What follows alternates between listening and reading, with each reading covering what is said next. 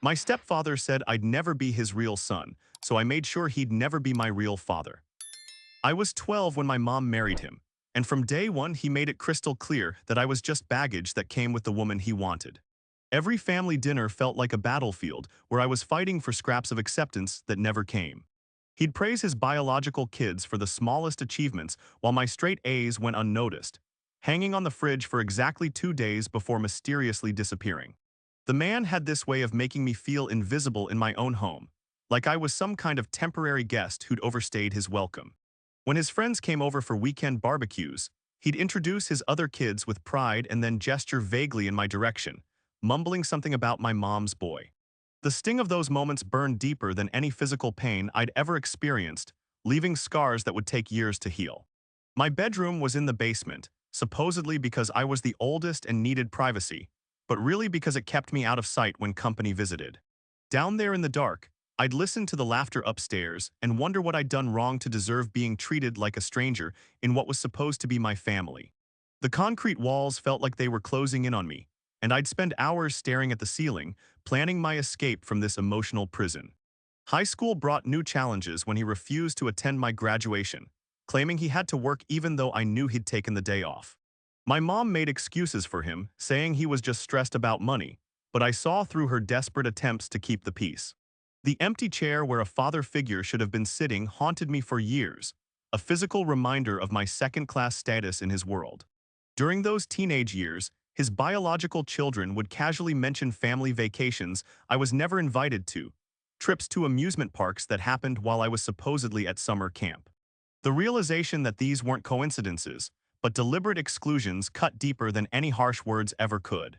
I'd pretend not to care, but inside, I was building walls around my heart that would take decades to tear down. College applications became a nightmare when he refused to provide financial information for my aid forms, insisting that since I wasn't really his responsibility, I could figure it out myself. My mom secretly helped me navigate the paperwork, but the damage was done. I knew exactly where I stood in his priorities. The scholarship I eventually earned felt hollow, because the person who should have been proudest wasn't even aware I'd received it. Working two jobs while studying full-time nearly broke me, but I was determined to prove I could succeed without his support or approval. Late nights in the library became my sanctuary, where academic achievements finally felt meaningful because they were entirely my own. The exhaustion was overwhelming, but every good grade felt like a small victory against the man who'd written me off as worthless. My coworkers at the campus bookstore would talk about their families with such warmth and pride, and I'd nod along while dying inside, knowing I had no similar stories to share. When they'd ask about my parents, I'd give vague answers about my mom and change the subject as quickly as possible. The shame of not having a father figure who cared about me was almost unbearable. The holidays were especially brutal, with his biological children receiving expensive gifts while I got practical items like socks and school supplies. Christmas morning became a painful reminder of my outsider status, watching his face light up as his real children opened presents he'd carefully chosen for them. My mom would try to compensate by buying me extra gifts, but we both knew it wasn't the same as having a father who actually wanted to make me happy. Dating in college was complicated because I had no idea how healthy father-son relationships were supposed to work. When girlfriends would mention their dads, I'd feel a mixture of envy and confusion, unable to relate to their stories of protection and guidance. The absence of a positive male role model had left me emotionally stunted in ways I was only beginning to understand. My mom's health started declining during my junior year, and suddenly he was calling me constantly, needing help with medical appointments and insurance paperwork. The irony wasn't lost on me. The son he'd never wanted was now the one he needed most. I helped because I loved my mom, but every conversation with him felt like swallowing glass, knowing he only valued me for what I could do for him. During her illness, I spent countless hours at the hospital, holding her hand while he found excuses to be elsewhere. The nurses would comment on what a devoted son I was, not knowing that the man who should have been sharing this burden was at home watching television. My mom would squeeze my hand tighter when she noticed his absence, and I knew she was finally seeing him clearly. When she passed away 2 years later, I thought maybe grief would finally bring us together, but instead, it revealed the true depth of his resentment. At the funeral, he stood with his biological children while I sat alone in the front row, mourning the only parent who'd ever truly loved me. The pastor's words about family unity felt like a cruel joke as I watched him comfort everyone except me. The weeks after the funeral were a blur of casseroles from neighbors and sympathy cards from distant relatives, but the house felt colder than ever with just him and me rattling around in it. His biological children had their own lives to return to, leaving us in an uncomfortable silence that stretched for days.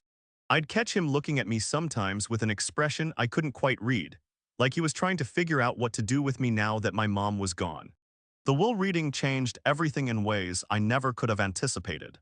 My mom had quietly been documenting years of his financial decisions, and she'd left me not just her personal belongings, but something far more valuable. She'd kept meticulous records of every college tuition payment, every medical bill, every expense he'd refused to help with over the years, creating a paper trail that told the story of our family's dysfunction. But the real surprise came when the attorney revealed that my mom had been the sole owner of the house we'd all been living in, having purchased it with inheritance money from her parents before she'd even met him. She'd let him believe he was the man of the house, but legally he'd been living under her roof the entire time. The deed was in her name only, and she'd left the property exclusively to me, along with detailed explanations of why. His face went white as the reality sank in.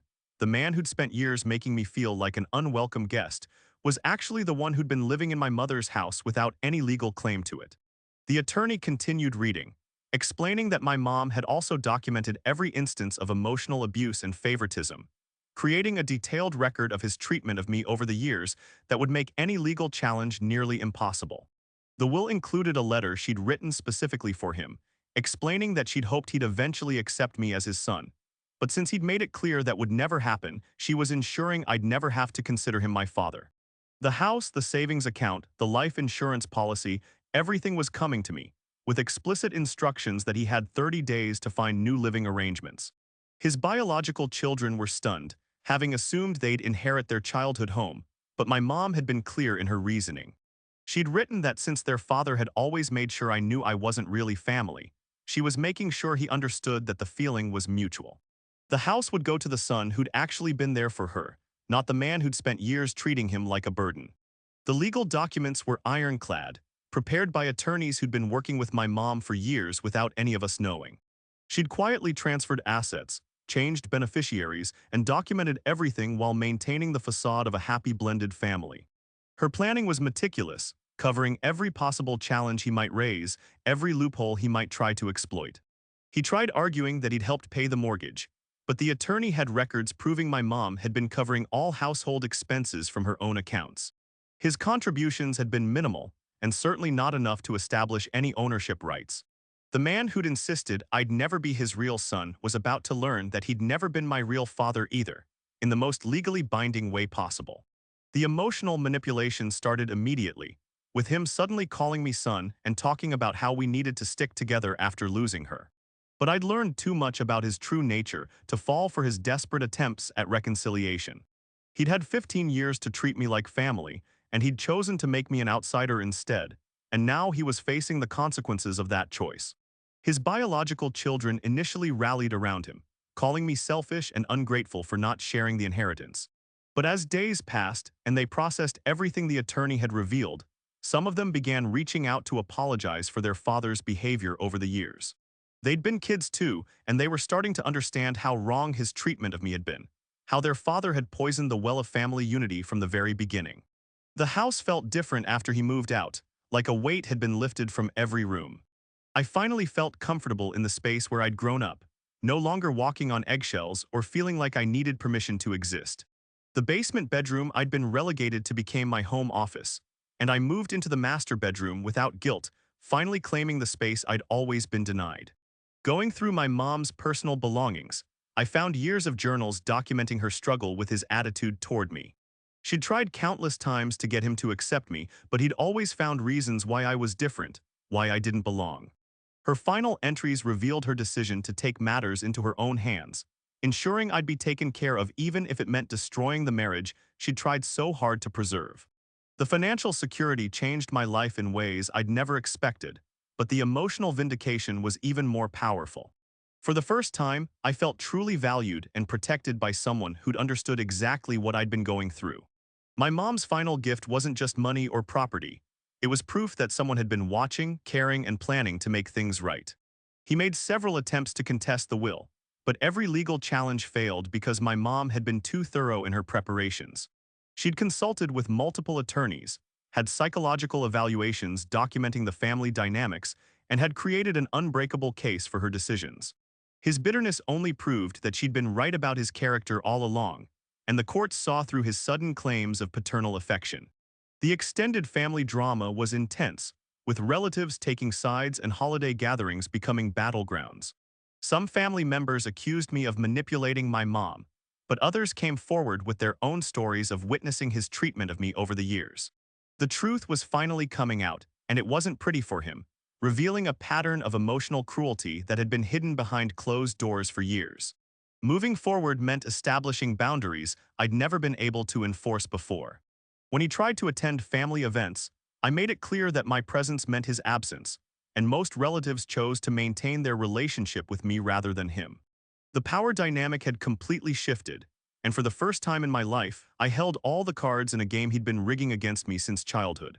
His attempts to contact me became increasingly desperate as months passed, with voicemails that ranged from angry accusations to tearful pleas for forgiveness. But I'd learned that his emotions were conditional, based on what he could get from me rather than any genuine care. The man who'd never had time for me when I needed him most was now demanding my attention when it suited his purposes. Years later, I learned that his biological children had gradually distanced themselves from him as well, finally seeing him clearly without my mom's influence to soften his rough edges. The man who'd insisted on biological loyalty had managed to alienate everyone who'd ever cared about him. He'd got exactly what he'd always wanted, a family with no room for anyone he didn't consider worthy, which ultimately meant no family at all. The house is still mine, and I've made it into something my mom would have loved. Every room reflects the warmth and acceptance she'd always tried to create, and I finally feel like I belong somewhere. The basement where I'd once hidden from his disapproval is now a space where friends and chosen family gather to celebrate life's victories, filled with laughter instead of loneliness.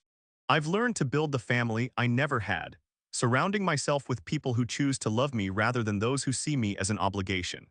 The chosen family I've created is stronger than any biological bond, built on mutual respect and genuine affection rather than legal obligations or shared DNA. These are the people who show up for my important moments, who celebrate my achievements, and who provide the emotional support I'd always craved. Sometimes I wonder if things could have been different if he'd just tried to love me the way my mom had, but then I remember all the opportunities he'd had and wasted. He'd made his choice 15 years ago when he decided I'd never be his real son, and my mom had simply made sure I'd never have to call him my real father.